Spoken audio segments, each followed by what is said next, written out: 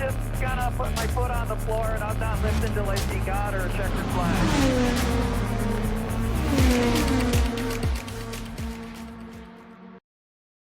Hello, and welcome back to Racing Thoughts and IndyCar. Yup. Hi, I'm Megan Dennis. This is Racing Thoughts. I'm Taylor. That's how we're starting this episode. See, this seems to be on track. I mean, considering we are 3 races into a quintuple header, that feels kind of right. It kind of also matches, like, the on-track action that we're seeing that we're going to jump into. I saw a tweet, or maybe it was a Tumblr post, I don't know, saw someone talking about, like, last night, how it's just like, you know, it's probably a good thing we only race half the year, because, God, everyone just hates each other right now. Fans aren't happy with each other, fans aren't happy with drivers aren't happy with each other, like, everything's just a bit of a mess, and it's really just because, like, well, everyone's seeing each other every single weekend, and we still got 2 more to go before we get even a slight bit of break. Yeah, no, it's definitely, it feels like that time of like a school year, like right before like a spring break or something like that, and everyone's just over it. No one wants to do what they're supposed to do, and, you know, everyone's fighting with each other in class. So we got a lot to get through still, though, before we get to that break, unfortunately. I guess with that, actually, I'm going to start off with the top and continue to plug our socials so we don't forget to do that. TikTok and Instagram, Racing Thoughts Podcast. Twitter, Racing One Thoughts. Also, this is a call to the people that do listen to this podcast. We had a pretty significant drop-off of listenership last episode, and I know we posted in a new, like, video format, and so, like, I would genuinely love to hear from y'all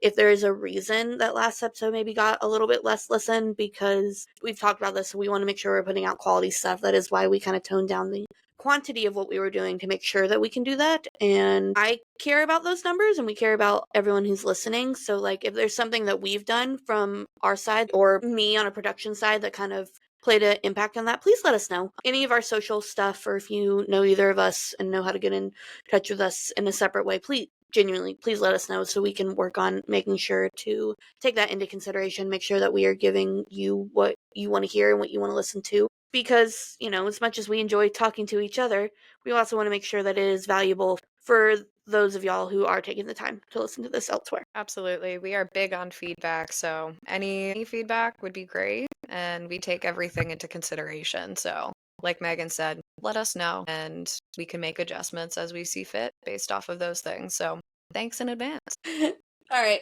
Meg, where do you want to start talking about this, everything that's happened in the last 3 races and last 2 weekends? Oh, there's so much. I kind of want to start with the thing that I think is causing, at least on my side of, you know, social media, Nolan, I think, is kind of a big situation that's been happening, and there's been a lot of discourse over it.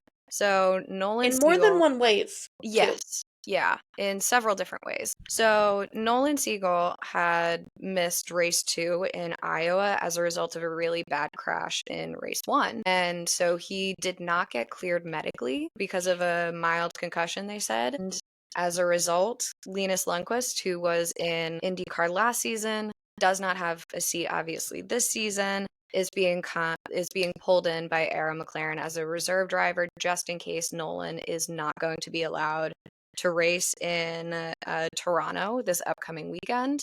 There's a lot of discourse that's been happening just in terms of Linus coming in and people's reactions to Nolan potentially not even racing. And as of today, which is Wednesday, July 16th, that we're recording, we still don't know whether or not Nolan is going to be racing in Toronto. So obviously by the time this episode comes out, that is going to be well known as to whether or not Nolan races or does not. But Megan, what are your thoughts on Linus coming in? Well, I guess I'll back up and touch more on Nolan and the Nolan situation. Yeah.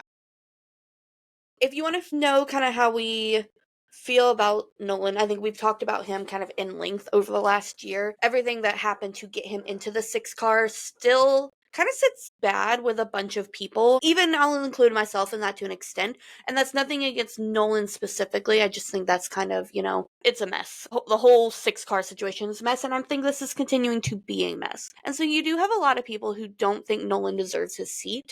It is, you know, pretty much confirmed that, like, his dad did, pay a lot for him to have that seat. We talked about pay drivers and everything again, so go back and listen to previous episodes if you want to really hear how we feel and how we discuss kind of what that looks like in IndyCar. But I think that already puts maybe a bad taste in some people's mouths. And then you have the fact that Nolan has had some really good races this year, but he's also had a bunch of like really bad races. And as far as, Iowa race 1 and all that goes, fully honestly, I was out of town and I was at a theme park all day Saturday, so I haven't seen anything of Iowa race 1.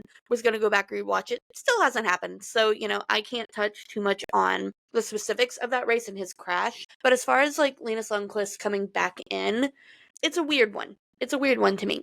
I think there's a few different nuances to that one. First off is the thought that, like, I hope Nolan's okay. I am glad to see that IndyCar did actually take the precautions and said, nah, brah, you're not going to race on Sunday.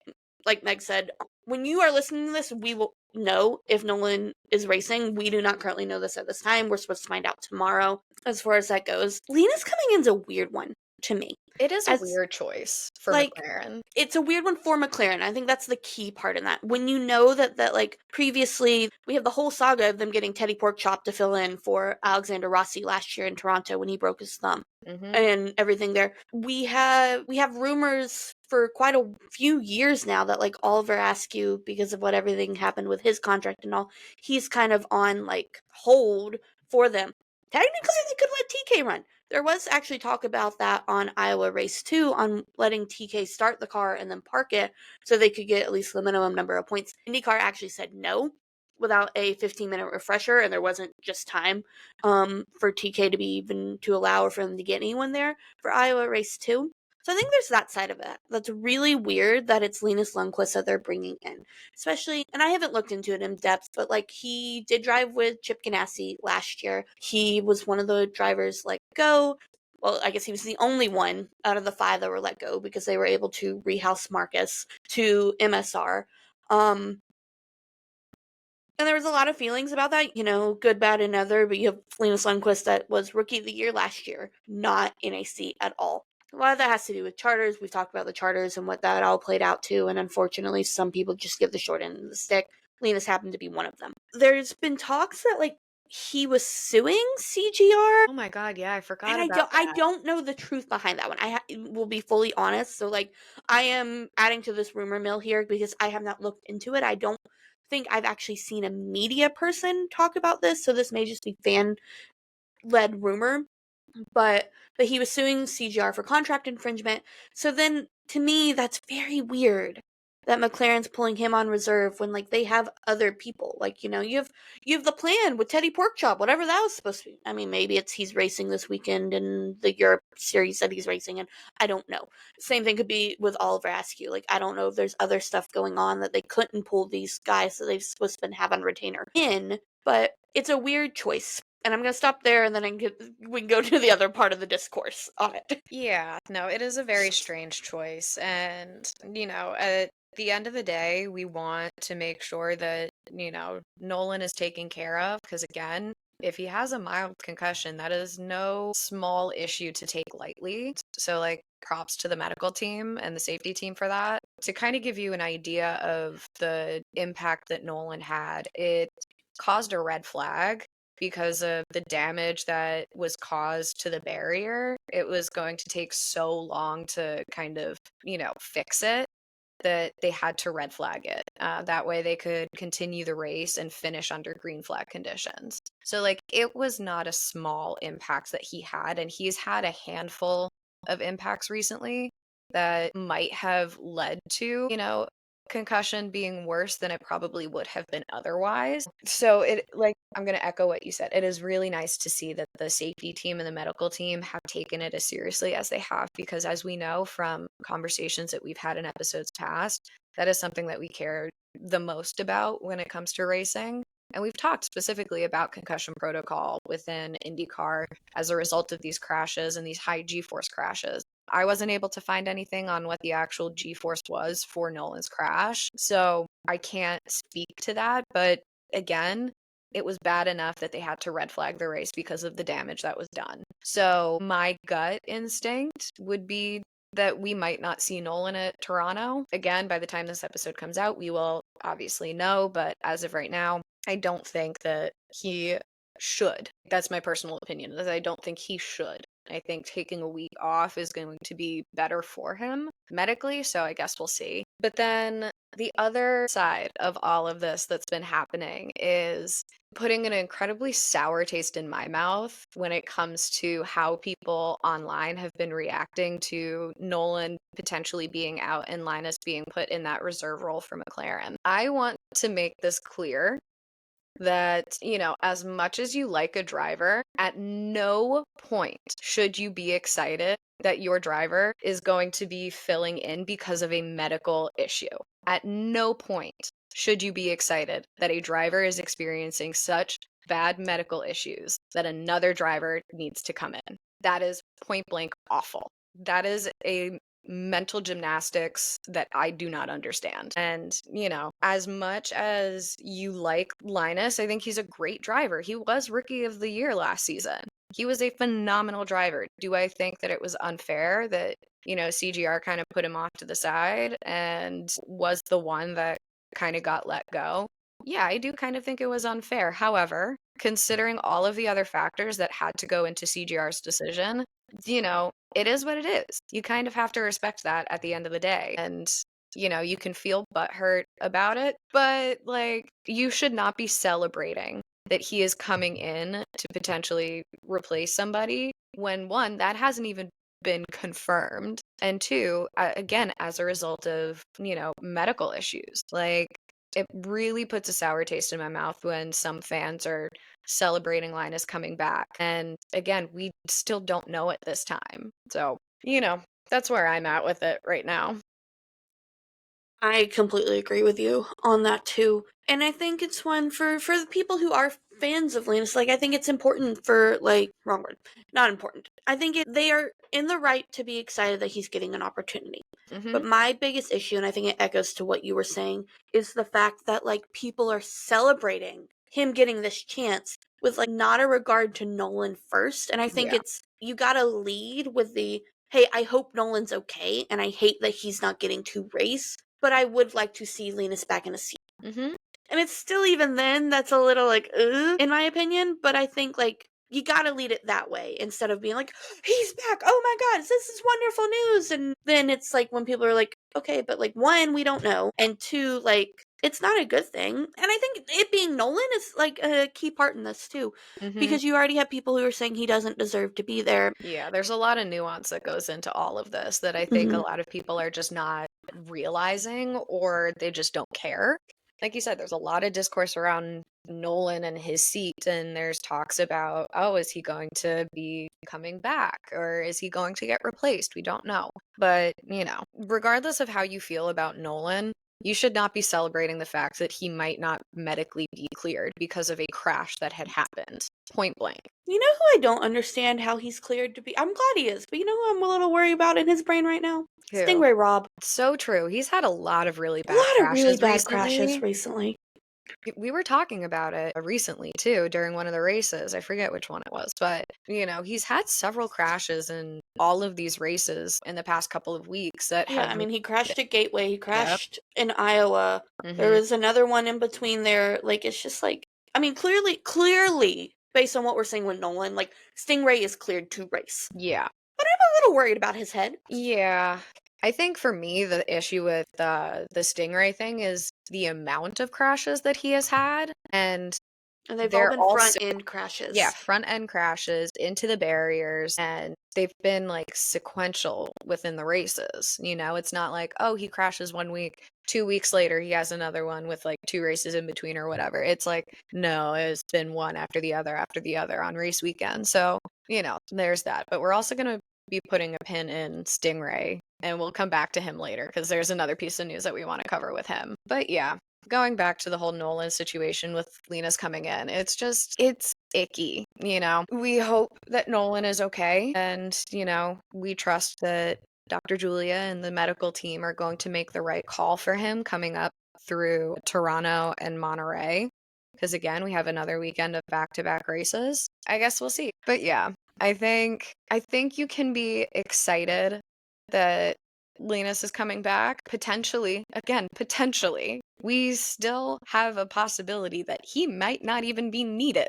So, if he And does, I hope for Nolan's sake that is the case. that same No here. offense to Linus, but like I hope he's getting to race because that means he's okay. Yes, exactly. So you can be happy that Linus might have an opportunity to be back in IndyCar for a race or two, but you need to understand the why he's coming back. It's not like he's just getting an opportunity just cuz. It's as a result of a driver having a medical issue that could potentially stop him from racing.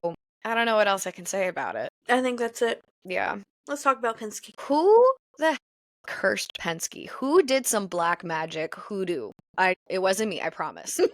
I swear it wasn't me. Man. No, specifically, there's been talk about how it's been a terrible season for Joseph, and I think we've talked about it before, but Well, it's for been, the team, it's been the worst season since Yeah. 1999. yeah. We were 5 the last time Penske was maybe no 4.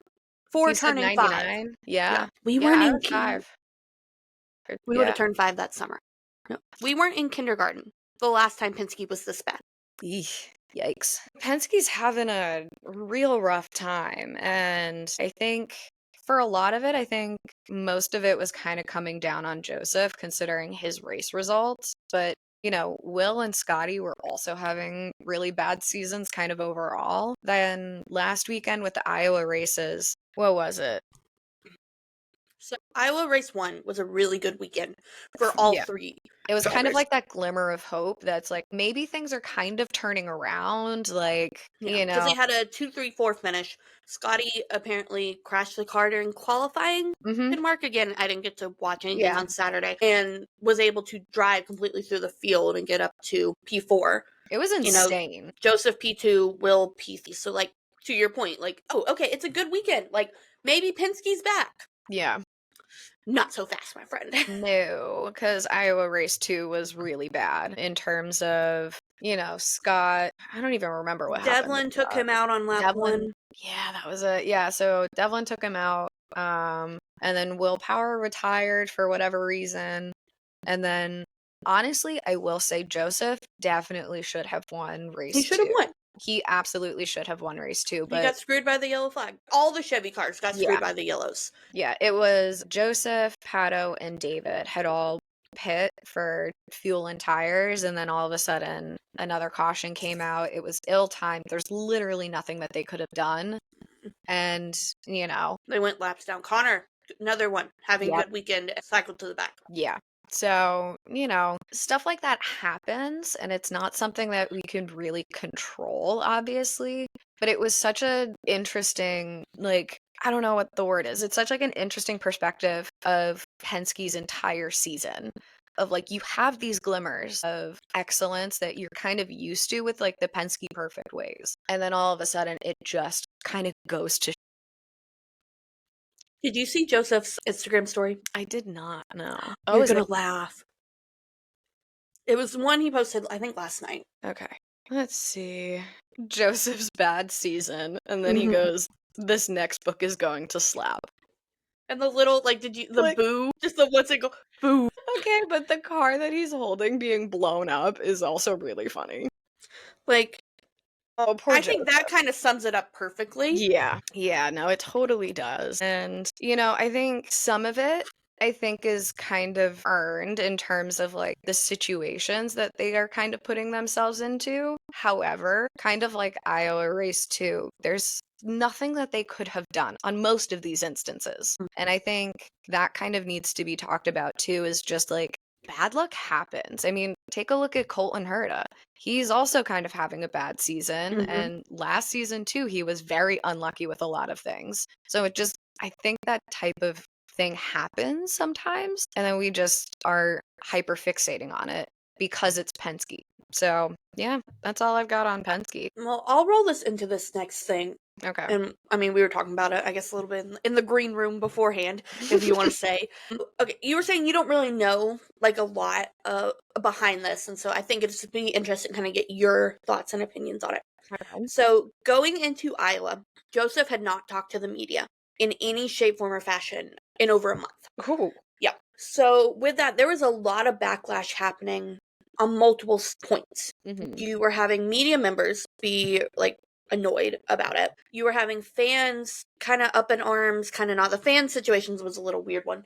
And then you apparently, supposedly, like sponsors were getting really mad because him not talking to the media, whether it's after a bad quali or a bad race, because he did have a series of like 5 really bad races back to back to back to back to Yeah. back. Sponsors were getting mad because that meant like if you don't talk, well, your logos are not getting in front. And they Mhm. paid a lot of money for these logos to be on that shirt, to be on his car. Yeah, so And whether you finish a race or not, or didn't qualify well or not, to not talk to the media, people were getting really upset. Mhm. And then you had the other side of the fan perspective of it, who are saying like, well, he doesn't owe anyone anything. He's not required to talk to the media, and Nathan Brown actually went and pulled out, and I should have written it down because you would have appreciated it, but it's in the rule book of like, no, technically this is part of his job. Like, Yeah, I per was gonna IndyCar, it's part of say. his job. Yeah. So, I don't know.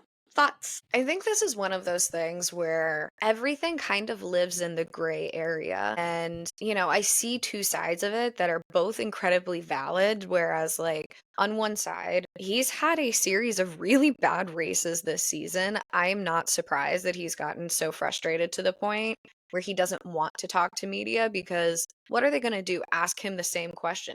You had another really bad race. What happened? Well, you saw what happened, like, I got taken out. I don't know. Or, yeah, it was another issue that I don't quite know about what happened in the car. It's strange to me when media goes to these drivers after like a DNF or, a mechanical retirement of the car, and the driver's like, I don't know what happened. I need Yeah. to see the footage. I need to look at the data. I don't know what happened. I think it also, from like a person perspective of like thinking about Joseph's emotions, it almost will kind of feel like, oh, it's like rubbing salt into the wound, So I'm not surprised that that is kind of what happens.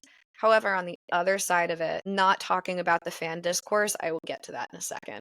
The media part of it, of like sponsorships, that I do fully understand, like these sponsors are paying a lot of money for visibility, and they have their sponsors on their race suits. They have sponsors on the car. You need to have some form of visibility with that kind of thing. So for him to not speak to media, I totally understand why sponsors are. I get it. And so I'm like, I don't know what the right answer is for him because on one hand, you don't want to continue to rub salt into an open wound of bad qualifying, bad race results. On the other hand, you do need to fulfill contractual agreements with sponsors. The fan perspective, I'm sorry. I love the IndyCar fandom as a whole most times. I think sometimes as a fan group, we can be a little entitled to these drivers and their reactions and our accessibility with it. We've talked about this before, but we don't have a say in what these drivers do. Joseph's going to do what Joseph will do, regardless of what we say to him and what we say about him. He needs to fulfill contractual agreements, sure, but he's also a human being who's probably really upset about the way this whole season has gone. So, okay, let him do what he needs to do, I guess. And this is also coming from someone I'm not his biggest fan. Like, I'm a fan of Joseph Newgarden, the guy. I don't like Joseph Newgarden, the race car driver. So, like, I get a little joy out of it when I see that he doesn't do well, but it's also like, I know he's a really, really nice and personable guy. So I don't want him to be sad or upset about these things. But, if he's taken out of contention about racing with my favorite drivers, okay. I think to what you're saying, I think that's a good point to make. And I think, quite honestly, the reaction we're seeing from Joseph Newgarden is not shocking if you follow Joseph Newgarden. I'm not saying it's the right one because I do think, and I think you'll understand this as a teacher. It's something that we have to do in our profession a lot. Is that like, regardless of what's kind of happening with you personally, you kind of have to check it at the door. Yeah. Like that's the nature of our job. And so I think in some regard, like I understand, like he is having his worst season ever in IndyCar. He is not happy about that. he crashed out of race, he had a bad qualifying. He doesn't want to talk to people and be like, yeah, I suck, or the car sucks, or the team sucks, especially when he can't say it like that. Yeah. Especially not in the role of Penske Perfect. Like, he can't. Exactly.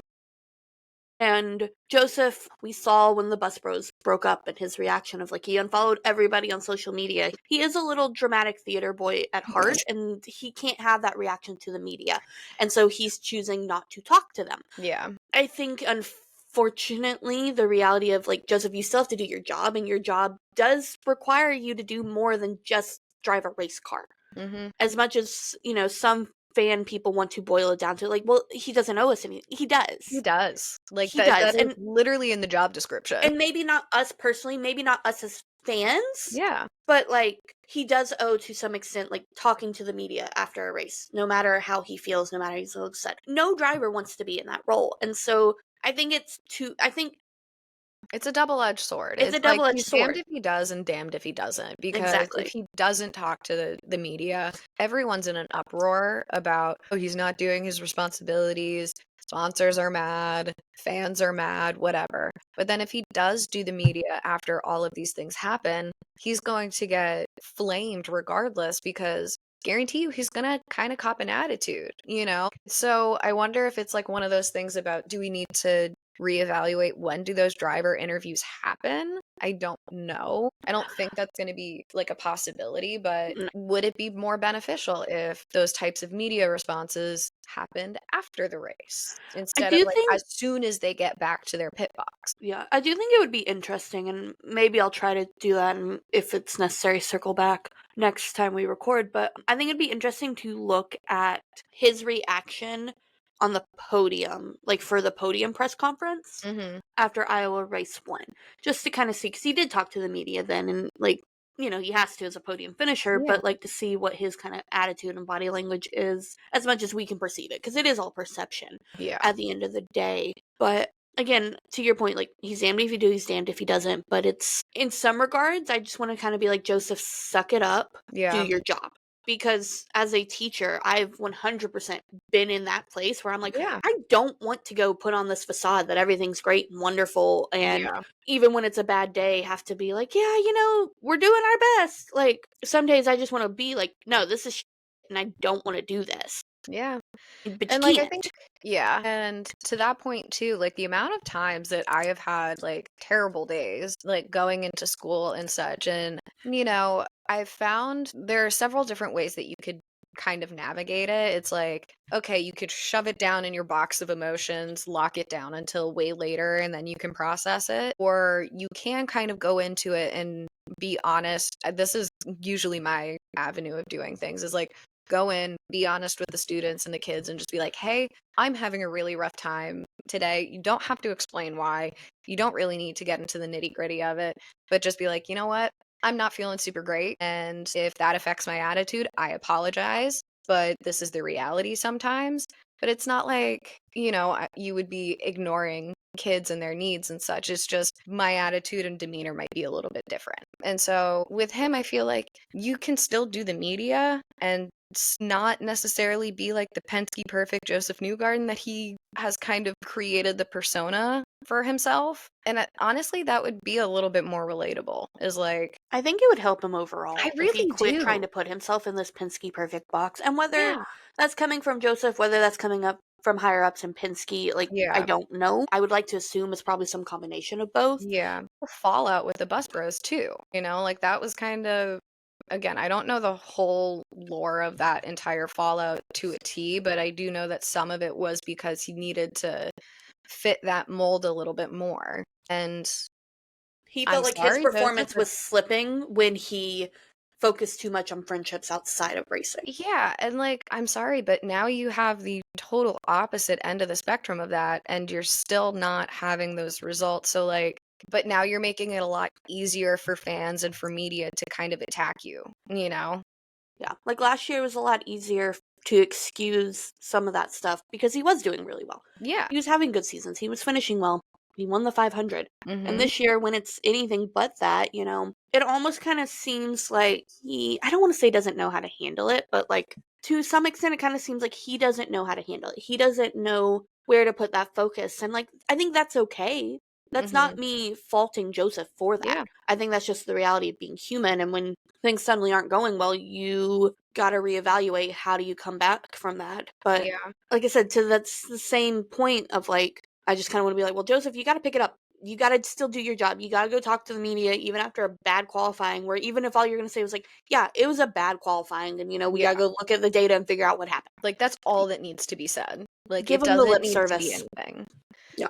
Yeah, it just kind of feels like he's grasping at straws that were left over from last year in terms of his results, and he doesn't know what to do now that he's not having those results anymore. Also, to some extent, do blame the media in this regard. Oh, yeah. Less so fans, but I'm gonna like actually blame the media in the sense of like they're acting like they're entitled to talk to him after every race.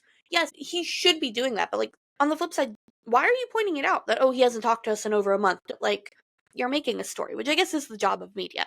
They're doing their job, but they're making a story when it's like they're not talking to all 27 drivers after every single race or every single qualifying on broadcast. Why aren't we yelling at? I don't know if anyone else is doing this to this extent. And I guess it's just because he's like, it's not that he isn't just not talking to them or they're not interviewing him, but like he's actively avoiding it. Yeah, I mean, he did run away after crashing out. What was it, in mid-Ohio? Mm-hmm. He literally ran away in the paddock from, the TV broadcast. Again, fair. When I think, like, maybe in his mind and, like, his thought process is, like, kind of one of the golden rule of being, like, in teaching is, like, if you can't say anything nice, don't say anything at all, kind of thing. And so maybe that's kind of his thought process is, like, I have nothing good to say. If I do get interviewed, I don't know if I'm going to be able to kind of hold it together and give you what you need and give you what you want, like, meaning him give the media what they want. Otherwise, like, you sometimes you do let your emotions kind of get the best of you. And we've seen that happen time and time again from a whole slew of different drivers. So is it maybe a smart choice on his end of like, I don't trust myself to not get too emotional about what I'm going to say to the media? But then it's like he's not talking at all. And again, that is a contractual agreement that they need to do at some point. He can't just go around avoiding them forever. But like, again, like I said, he's damned if he does and damned if he doesn't. There's no winning for Joseph Newgarden right now, regardless of whether that's with media, with fans, with race results. The guy is stuck no matter what he does. And that's kind of a really shitty situation for him to be in, that I can be like, that sucks, dude. I'm sorry. All that to say, if Joseph Newgarden, if you want to break your media silence and come on the podcast, you're welcome anytime. Yeah, we don't even have to talk about anything racing related. I have a list of questions that I want to ask that have absolutely nothing to do with racing. So if you want that, do that. Come on over. We got you. We can talk about children's books. You can. All right. Oh boy, Penske and Joseph. It's always something. Always something. So what do you think Alex Palou's bad at? Because it's clearly not racing. Yeah, he's just so freaking good at everything. I'm gonna say, I think he's really bad at lawn care. Oh my god, I literally was thinking that earlier. I was gonna say, I bet he can't mow a yard. I'm not kidding at all. I literally was thinking about that earlier. He's really bad at lawn care. Mm-hmm. I have no reason to believe otherwise, but He doesn't mow his own yard. He does not mow his own lawn. No. Absolutely not. I think he has a brown thumb when it comes to gardening. I bet he can't keep a plant alive. He's probably pretty decent at being a dad. We see his family around all the time. Mm-hmm. They seem happy. He's really good at racing cars. Statistically, he has won 58.33% of races this year. And that actually has gone down. We'll talk about that in a second. Yep. And he has gotten 78.15% of the maximum points available this year. Which is crazy. Like, that isn't. Statistically should not be that high. No, definitely not. But here we are. Alex Palou does Alex Palou things. I am dying at the fact that, like, you said lawn care. That was my answer. We did not discuss that. No, that was not previously discussed. That was just, like, a throwaway question that I put in our notes being like, who knows? You know what I also think he would probably be bad at? What? I think he would be pretty bad at making rice, not using a rice cooker. Because that's hard to not burn the rice at the bottom. You gotta have patience. I don't think he's got the patience for that. But he makes paella, which has rice in it. So... Yeah, but does he make it though? Mm-hmm. We have video of him making it. We do. I haven't seen that video. Yeah, he makes it for the team, or made it for the team last year at some point. I don't know. It looked really good. I have questions. I can't give them to you. Alex Pillow, come on the podcast anytime you want. Yeah, or you know what? Teach me your ways of how to make rice without a rice cooker, because I'm bad at that. You get the parboiled rice. What? You get parboiled rice, and then it cuts down the cooking time, and it's a 2-to-1 ratio. I'm gonna stick with a rice cooker. That's all I can offer you. I make rice all the time, and I don't have a rice cooker. So. No, I've never been able to figure it out. I'm a pretty decent cook. I just can't make rice. It either comes out soupy or overcooked. Can't do it. So rice cooker has changed my life. There you go. Alex Pillow, how do you make your rice? I would love to know. All right, we are 3 races into our 5-race stretch before a little bit of a break. Yep. Mid-Ohio, we finally got someone who wasn't Alex Pillow or Kyle Kirkwood to win a race. Yeah. We got a one and only Mr. Scott Dixon, the Iceman, winning in ways that Dixon does. And I didn't write it down, but like they showed the amount of seasons that he has won, at least one race. I think it may be like 22 seasons straight. Don't quote me on that. I might be lying. But like it was some insane number. I'm like, I mean, you are the GOAT, but like, good lord, child. Yeah. I mean, when you've been in the game as long as he has, I'm not surprised. Let me see if I can find it, because I do remember seeing that graphic somewhere. Did you see Kit Dixon's reaction? It was Kit's first win, so I am happy for Scott in that regard. It was really cute. Kit is, for those who don't know, is Scott's youngest child. He's 5, I believe, now. He's also, like, maybe the biggest Pato Award fan in the world. Like, he's obsessed with Pato and asked Pato if he could tie with Scott for the win, because he really wanted... cute. It was so cute. He wanted Pato to win, but he felt guilty saying that. Which, like, good. Fair. That's the right response. Yeah. Good job, Kit. I looked it up. It is 21 consecutive seasons with a win. I was close. Yep. But out of 23 total seasons, 21 consecutive. He did not win a race in 2002 and did not win a race in 2004. Yeah. So, again, when you've been in the game as long as Scott Dixon has, that's a statistic and a piece of information that does not feel surprising whatsoever. No, that's actually, and that's also really interesting when you think of like modern era IndyCar. So from 2008 on, at least one a year.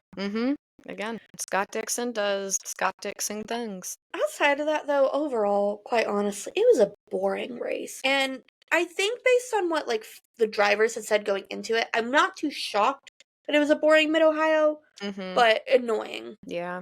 No, I'm with you. I mean, it was a total fuel race. It was between Alex Pillow and Scott Dixon, and they made it... And briefly, Alexander Rossi.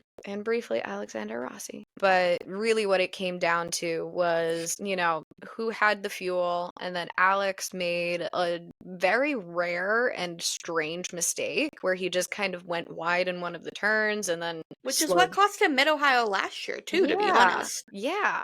So it was very strange to see from Alex, and, you give Scott Dixon the chance, he's gonna take it. So, wasn't surprising to see that that's how it ended up, but it was just kind of like, all right, here's the reminder that you can't ever, like, count out Dixon. Like, he's gonna find a way if he has the shot to. And that's exactly what happened. But, I mean, other than that, like we said, it was a pretty boring race.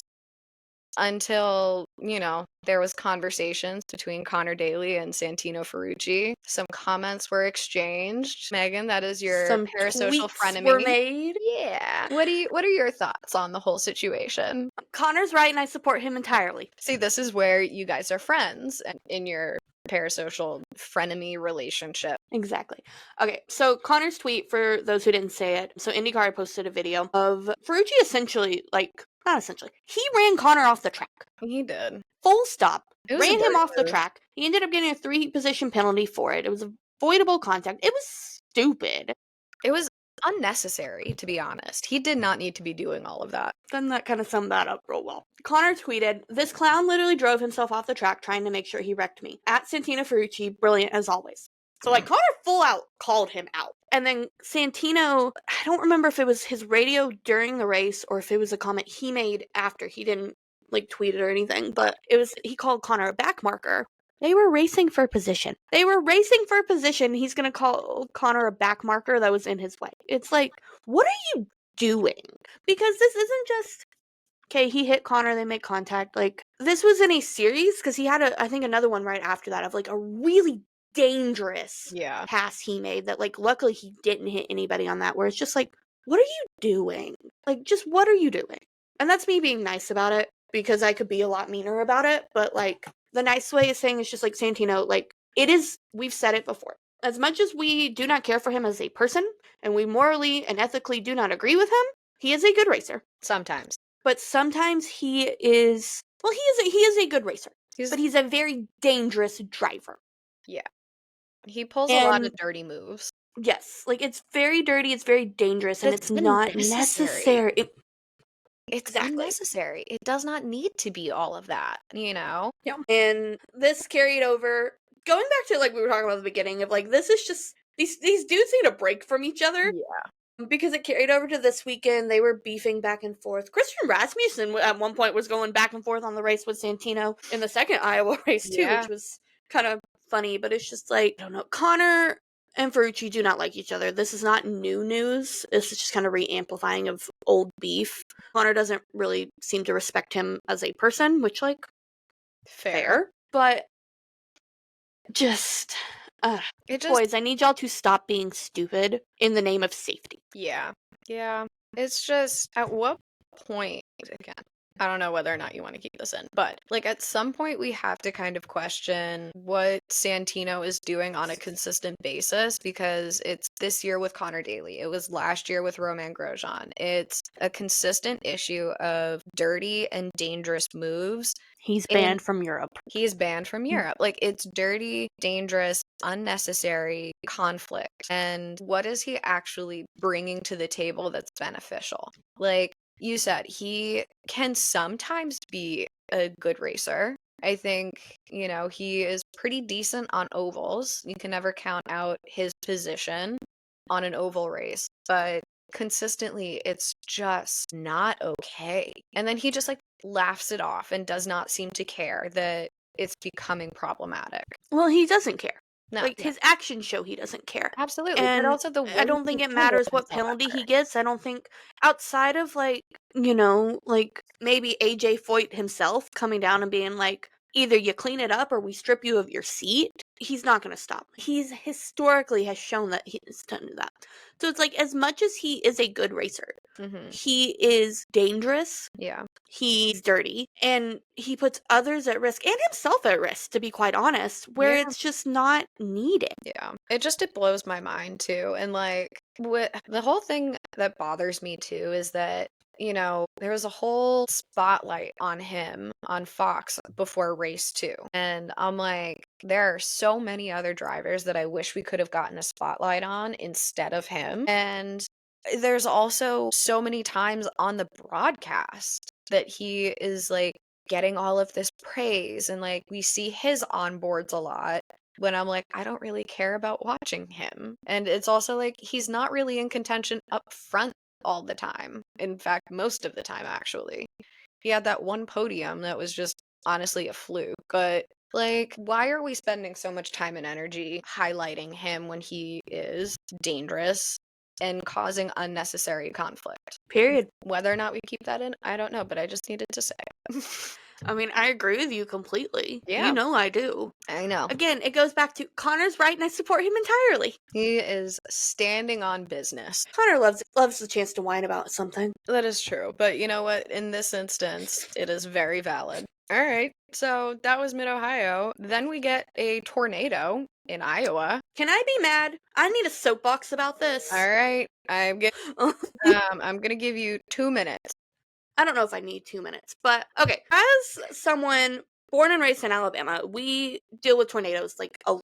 Like, this is very normal thing. A lot of these IndyCar drivers experienced their first tornado this weekend. I am so mad at the Iowa facilities people, at the IndyCar teams, at everything of the, like, tornado precautions that were being taken during that, because this was not just, we're under a watch, you know, we're going to cancel practice for the safety. Okay, cool, whatever, do that. You should. There's video of an active funnel cloud. You do not just go stand outside and look at this. It makes me so mad. As someone who, lived through April 27th, 2011, which was the worst tornado outbreak in the state of Alabama history. We had over 60 people in the state die. We had over 100 tornadoes or ton of tornadoes across the whole state that day. An EF5, which is the largest tornado you can have possible, hit Tuscaloosa, which is my college town, and destroyed half the city during that day. Where I lived during my PhD, that whole neighborhood was completely wiped off the map. Oh, no way. I didn't know that was your neighborhood. I will find you pictures. I can show you the aerial view of where my house is and everything that's around it. So, quite genuinely, nothing makes me more mad than seeing people not take tornadoes seriously, because you are putting yourself at risk. And if you are close enough that you can see it, standing outside watching it, standing out there filming videos, you think your stupid little garages are going to provide you safety? Nope. It's moronic behavior. Yeah. And I do not endorse it. I mean, yeah, the pictures look cool as hell. I think that's really cool. But it makes me mad. Yeah. It makes me mad when people don't take this seriously. And when a lot of it comes from just they haven't really experienced tornadoes before. I don't care. Listen to the people who are telling you, go be safe. Yeah. Go get into an inside wall, an inside enclosure, the lowest floor of whatever building you can. I've seen the devastation that this can cause. Mm-hmm. And I don't appreciate how IndyCar as a body, not big IndyCar, not IndyCar capital I, stuff, but IndyCar is the mechanics, the drivers, the people there on the ground just kind of seem to ignore that. Yeah.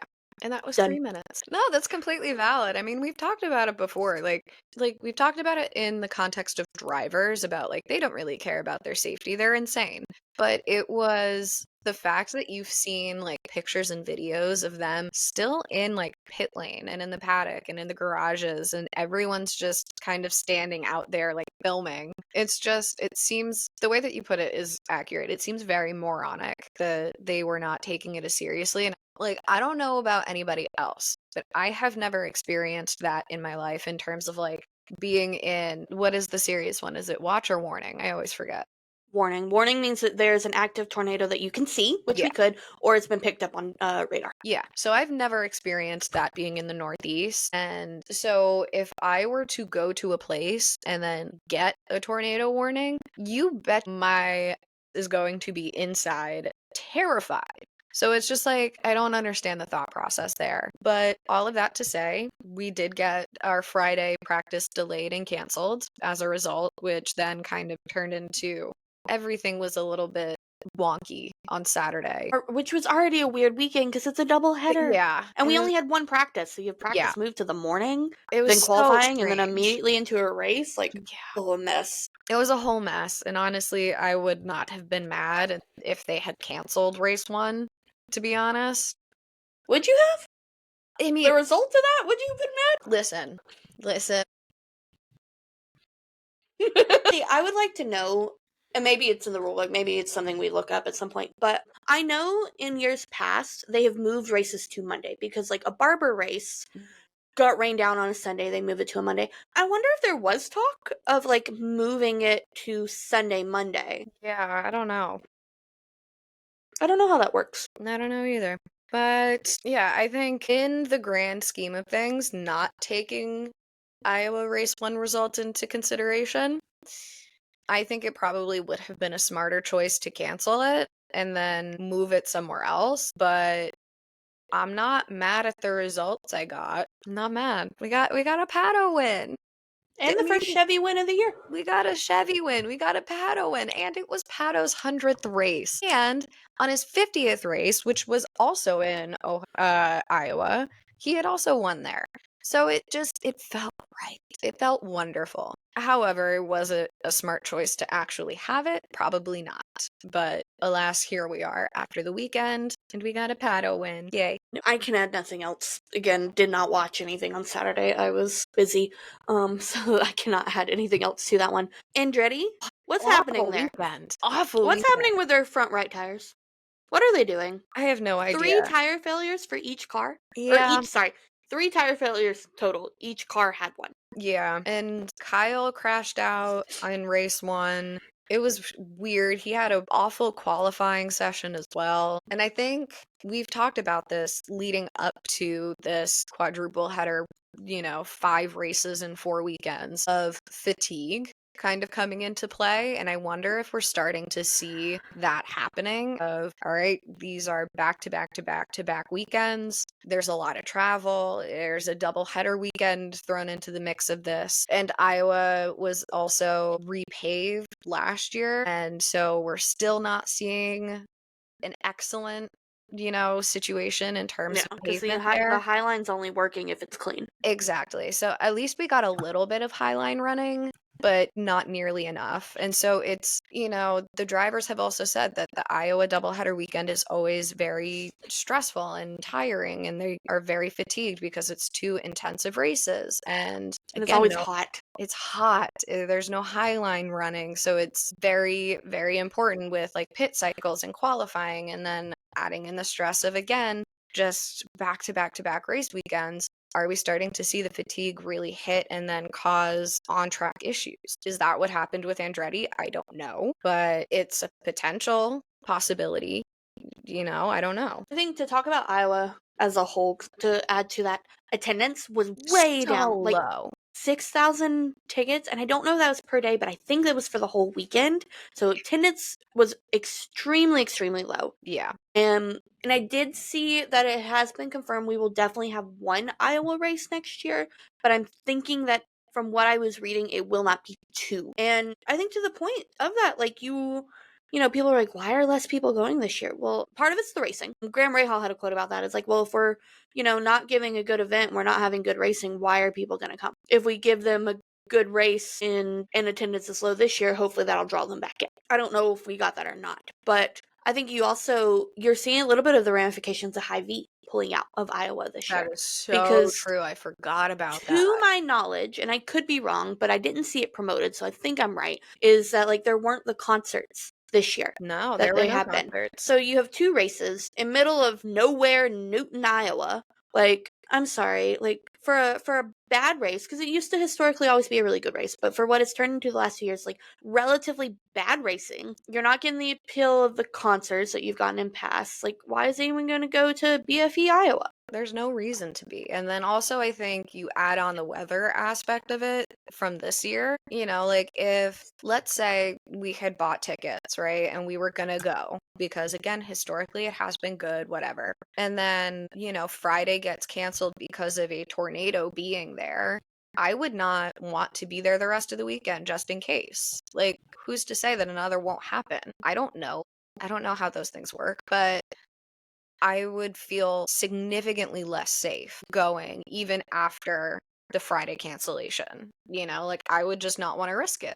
I can watch it from the comfort of my own home. Why would I go there and risk it if, the racing's not even going to be that good? I mean, as someone who knows tornadoes, that would not have been a concern. I would have been concerned on Friday, though. And I also would have been a little bit, to be honest. Yeah.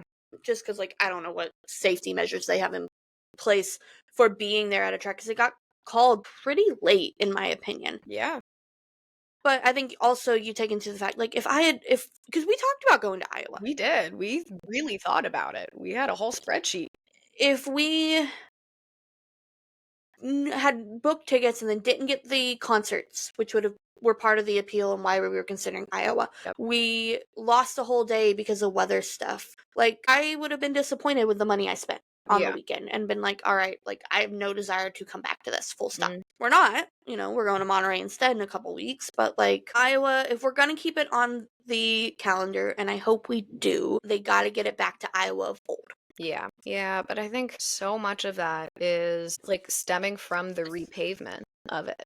And it's like, well, how do we get there? How do we get back to it? We unpaved the track. Dig it up. I think that'll work. Give me a bulldozer in like 4 hours. I'll figure it out. Man. So, yeah, Iowa was interesting. Oh my God, yeah. What happened with the JHR hauler? Well, I guess I'll touch on race 2. Alex Blow won again. I hated that podium. It's so boring. It was a CGR podium. It was a CGR podium. Okay, but can we also celebrate Marcus Armstrong? No, it's a CGR podium. I don't care. Yeah, well, hush. I'm going to talk about it because Marcus Armstrong. He got his first podium of the season, and he got his first podium since Detroit 2023, 22, 23. I think it was 23. It's his third season, so if it was his rookie year, it would have been 23. Yes, it was 23. But yeah, he got his first podium, and he did run a fantastic race. So I know you're not thrilled about the all CGR podium, but I'm going to give Marcus Armstrong his flowers. He ran a fantastic race, and it was a well-deserved podium for him, regardless of how you feel. But, we did get Polo Show all over again. Just, it shouldn't have been. It shouldn't have been. Stupid yellow. I don't remember who caused that yellow, but I'm mad at you, whoever that was. Yeah, it was that poorly timed Was it caution. It was Colt. Colton Herta. We might have a little bit of beef at the moment. Respectfully, though, I still love you. Yeah, You're we great. do. But it was one of those. It was Joseph, Pato, and David Malukas were set to be the podium. It was going to be that. And, those three were on the strategy where they hit with however many laps to go, and then all of a sudden that caution came out ill-timed, like as they were going into the pits, and as a result the CGR cars ended up getting like the free pit stop basically under caution, with the three Chevys unfortunately kind of being a lap down in like 8th, 9th, and 10th basically. And Pato and David kind of both made their way up. Joseph was stuck in, like, what did he place in? 10th. So he was kind of stuck down there. I don't know why. I mean, there were 20 laps to go, so by Yeah, the time the yellow was off, like, there was no time to get back through. Yeah, but you still had David and Pato who were able to make up at least like 4 or 5 positions. Like they went up. And so, Joseph, I would have expected to have been able to carve his way further up, and he was just stuck. So that was extremely disappointing because that would have been a phenomenal, phenomenal race. I would have been very happy with that podium, with the quality of racing that they had, with the strategy working out.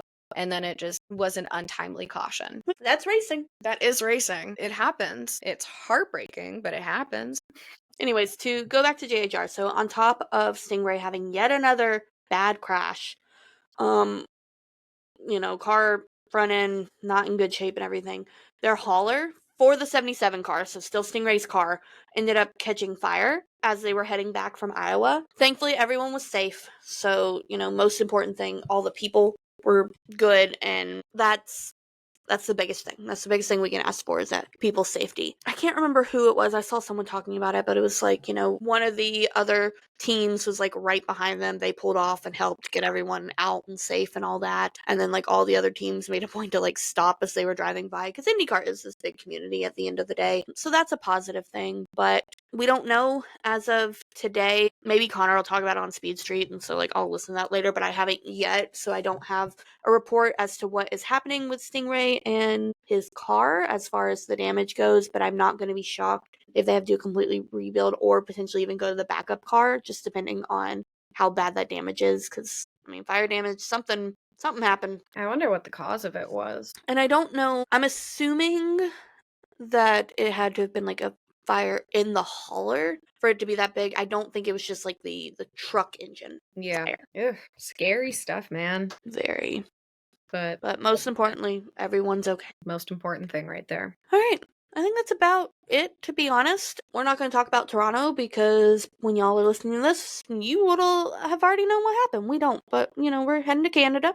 Not us personally, but the series is heading to Canada. But where we are personally heading to soon. Where are we going, Meg? We're going to Monterey. We're going to Laguna Seca. We're very excited for it. Yes, we will be there for the whole weekend. We'll be at the track for all the practices and qualies and race running and everything with that. So if you're also going, please let us know. We'd love to see anybody if you're around. We like to make friends. Yeah. So let us know if you will also be in Northern California in a week's time, give or take. Week and a half-ish. We're going to have a great time. What are you most excited about for Monterey? Race cars. Well, race cars, yeah. Okay. What are you most excited about for Monterey? Well, it's one of my favorite tracks, just in general. I think it's a phenomenal racetrack. It provides a lot of very entertaining things that can happen. You get the corkscrew. Corkscrew. That's phenomenal. But yeah, I think I'm excited to kind of get back into the atmosphere of being in the paddock and going to somewhere new, because the past few times we've been to a race have only been at Barber in Alabama. So I'm kind of excited to see what the pit lane and paddock are like in the garages, and what the environment is like and how it's going to be different from what we are used to. And yeah, I'm just really excited. It's, birthday weekend. We get the Monterey Bay Aquarium. Anybody who knows me knows I love the aquarium. So it's going to be a wonderful time. And hopefully we get to meet and see some of our friends and, people that we meet on and talk to online. It would be really cool to see people. So we'll And see. no rain. And no rain. We did run into that issue at Barber, but that did kind of make it fun in terms of, cars on track. Yes. Being caught in the rain was less fun, and being caught in the mud was less fun. I don't think my shoes have yet to recover. Oh, mine certainly have not. All right. Anything else? No, I think that's it. Okay. Again, give us feedback, y'all. We want to make this quality that you want to listen to and make sure that, we're giving stuff that's worth listening. I guess we will check back with you after Laguna Seca. All right. Bye.